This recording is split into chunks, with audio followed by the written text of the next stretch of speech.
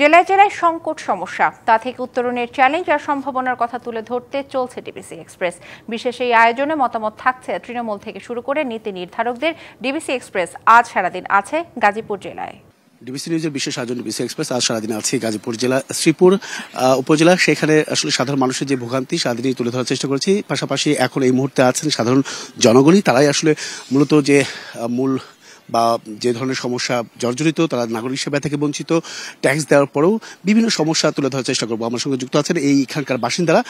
শুরুতে একটু জানতে চাই যে আপনার কাছে কি ধরনের সমস্যা জর্জরিত, বিশেষ করে এই বন দস্যুরা বন দখল করে ফেলেছে, যানজটের সৃষ্টি বা জলাবদ্ধতা একটা বড় ধরনের একটা সমস্যা, এছাড়াও আর কি কি ধরনের সমস্যা?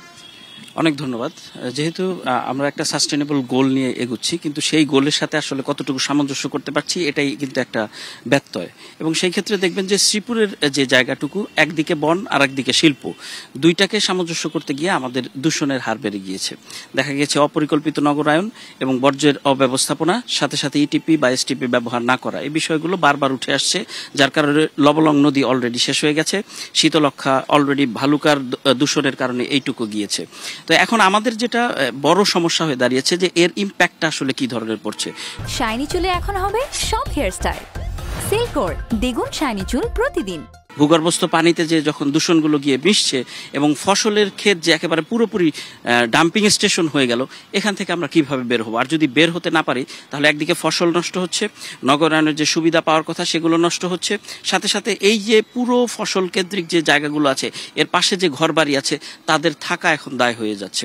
আপনারা জানেন যে মাননীয় পরিবেশ উপদেষ্টা বর্তমানে কিন্তু এই লবলং নদী নিয়ে বড় একটা মহাপরিকল্পনা নিয়েছে, কিন্তু এইটাকে বাস্তবায়ন করতে হলে ড্রেনেজ ব্যবস্থা, প্রত্যেকটি ফ্যাক্টরি এসটিপি এবং ইটিপি ব্যবহার নিশ্চিত, ডাম্পিং স্টেশনকে একেবারে স্পষ্ট করে দেয়া যে কোন জায়গায় ময়লাগুলো থাকবে, সেই অর্থে প্রত্যেকটি ওয়ার্ডে একটি করে ডাম্পিং স্টেশন অথবা পৌরসভায় কয়েকটা জায়গায় ডাম্পিং স্টেশন নির্মাণ। আসছে আপনার কাছে পরবর্তীতে একটু জানতে চাই, তিনি ডাম্পিং নিয়ে কথা বলেছেন, আর কি ধরনের যানজট আছে কিনা বা এই উপজেলাতে? ধন্যবাদ। শ্রীপুরের সমস্যাগুলোর মধ্যে অন্যতম যে বর্তমান সমস্যা তা হলো অটো সমস্যা, বিশেষ করে মানা চৌরাস্তা এবং আমাদের শ্রীপুর যে উপজেলা প্রশাসনের প্রাণকেন্দ্র শ্রীপুর চৌরাস্তা, এখানে অটোর দীর্ঘক্ষণ যানজট লেগেই থাকে, বিশেষ করে অফিস টাইমে, এবং সাথে রয়েছে শ্রীপুর উপজেলা হাসপাতাল, অনেক সময় জরুরি রোগী এখানে ঘন্টার পর ঘন্টা আটকে থাকে। তো এটা আসলে সমাধান হওয়া উচিত, প্রশাসনের হস্তক্ষেপ প্লাস নিজেদেরকে সচেতন হতে হবে। আমি মনে করি অটো যারা চালায় তাদেরকে নিয়ে একটি সেমিনার আয়োজন করে এটা যানজটের উপকৃত সম্বন্ধে পদক্ষেপ নেবে সংশ্লিষ্টরা, সেই আশাটাই করছেন। আপনার কাছে কি মনে হয়, যানজট বা জলাবদ্ধতা, অল্প বৃষ্টি হলে হাঁটু পানি, বিষয়টা কি এমন হয়ে গেছে কিনা? এমন হয়ে গেছে মানে বিশ্বাস করুন, আমাদের শ্রীপুরের মধ্যে শিল্প কারখানা ভরপুর, এখানে লক্ষ লক্ষ মানুষ বাস করে, সেখানে বর্জ্য নিষ্কাশনের কোনো ধরনের ব্যবস্থাপনা নেই। যে এই যে মানুষের যে উচ্ছিষ্ট আছে সেগুলি যেখানে সেখানে ফেলে দিচ্ছে।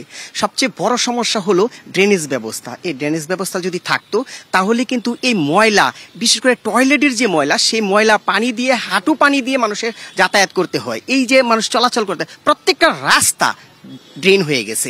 এই যে একটা ভোগান্তি, চরম ভোগান্তির মধ্যে আমরা আছি। এই ভোগান্তির হাত থেকে বাঁচার জন্য সর্বপ্রথম দরকার ড্রেনেজ ব্যবস্থা, 2 নম্বর দরকার হলো আমাদের ময়লা কোথায় ফেলবো। আপনি যদি একটা বাড়ি তৈরি করেন সেখানে কিন্তু আপনার টয়লেট আছে, কিন্তু আপনি এই যে শিল্প কারখানা তৈরি করছেন, এই যে মানুষ বসবাস করছে তাদের যে বর্জ্য, এইগুলি রাখার জন্য কোন জায়গায় ব্যবস্থা করছেন? কোনো জায়গা নেই। তখন কি করছে মানুষ? একেবারে ভাবে রাস্তাঘাট থেকে শুরু করে প্রতিটা জায়গাতেই আমরা দেখেছি যে উপজেলা কেন্দ্রিক যে জায়গাগুলো আছে প্রতিটা জায়গাতেই, রাস্তা মহাসড়কের উপরেও আমরা দেখেছি যে যথাযথভাবে এই ময়লা আবর্জনা ফেলাচ্ছে। এতে করে আসলে দুর্গন্ধ যে ব্যবহার ছড়াচ্ছে, পরিবেশ নষ্ট হচ্ছে, পাশাপাশি সাধারণ যে জনগণ আছে তারাও কিন্তু আসলে এটাতে ভোগান্তি পড়তে হচ্ছে প্রতিনিয়তই। সেই ভোগান্তি মাথায় নিয়ে কিন্তু প্রতিদিন তারা নিত্য কাজে ব্যস্ত সময় পার করছেন। তো সবকিছু মিলে তারা চাচ্ছেন যে সংশ্লিষ্টরা এগিয়ে আসবেন, এই প্রত্যাশা কিন্তু করছেন। তো এই ছিল এখান থেকে এই নাগরিক যে সমস্যা, সেই সমস্যা এবং এই সমস্যা উত্তরণে রাত 9টায় থাকছে নীতি নির্ধারকরা কি বলছেন উত্তরণে, সেসব বিষয় তুলে ধরার চেষ্টা করবো। সঙ্গে থাকুন ডিবিসি এক্সপ্রেসের।